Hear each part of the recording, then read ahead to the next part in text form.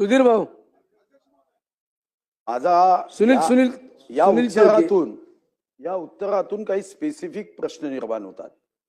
सार्वजनिक मालमत्तेवर अशा पद्धतीने उत्खनन करणं म्हणजे हा एक प्रकारचा बलात्कार आहे. कोणाची असेल 90,000 ब्रॉस हा कोणाचा आहे? सरकारचा आहे ना. अध्यक्ष महाराज, माझे स्पेसिफिक प्रश्न आहे की आपण अनेक कायदे बदलतो. माझ्याही जिल्ह्यात अशा घटना घडल्या. मी काल सांगितलं की रेती माफिया मला पराभूत करण्यासाठी त्यांनी पैसे वाटले. काल मी सांगितलं की रेती मोफत करा आणि सँड सेस लावा. हे यातून जन्माला आलेले हे सारे शत्रू आहेत. माझा स्पेसिफिक माननीय मंत्री महोदयांना प्रश्न आहे.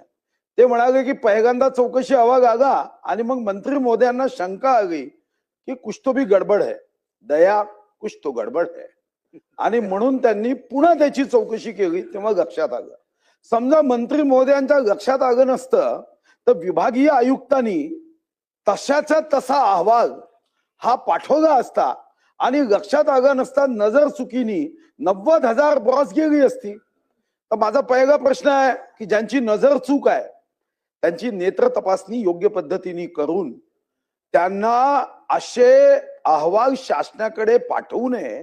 ही विधानसभेची लक्षवेधी आहे. या गंभीरतेसाठी तुम्ही त्यांच्यापैकी कोणाला दोषी ठरवणार आहात का? नंबर 1.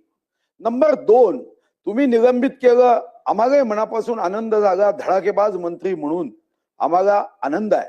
पण मला सुद्धा अनुभव आहे आणि तुमचाही अनुभव आहे की हे निलंबन 6 महिन्यानंतर मागे घेतलं जातं.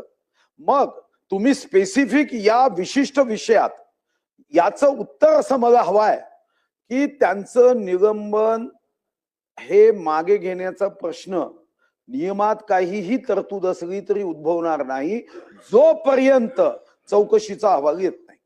आता नियमामधल्या पळवाटीने चौकशीचा अहवाल 8 वर्षांनी येईल तेव्हा कदाचित मीही आमदार राहणार नाही, तेही आमदार राहणार नाही, तुम्ही मंत्री राहणार नाही. तोपर्यंत तुमचं प्रमोशन होईल. पण हे जे सस्पेंड केलंय तुम्ही ते सुटून जातील.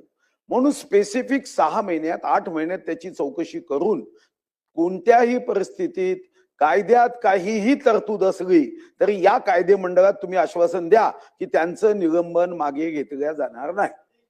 माननीय अध्यक्ष महोदय, काही उच्च न्यायालय काही सर्वोच्च न्यायालयाचे निर्देश आहे की एखाद्या व्यक्तीला सस्पेंड किती दिवस ठेवायचं. पण सुधीर भाऊ, यामध्ये एक मार्ग असा आहे. आपला या ठिकाणी आपला प्रश्न बरोबर आहे कारण मोठं प्रकरण आहे.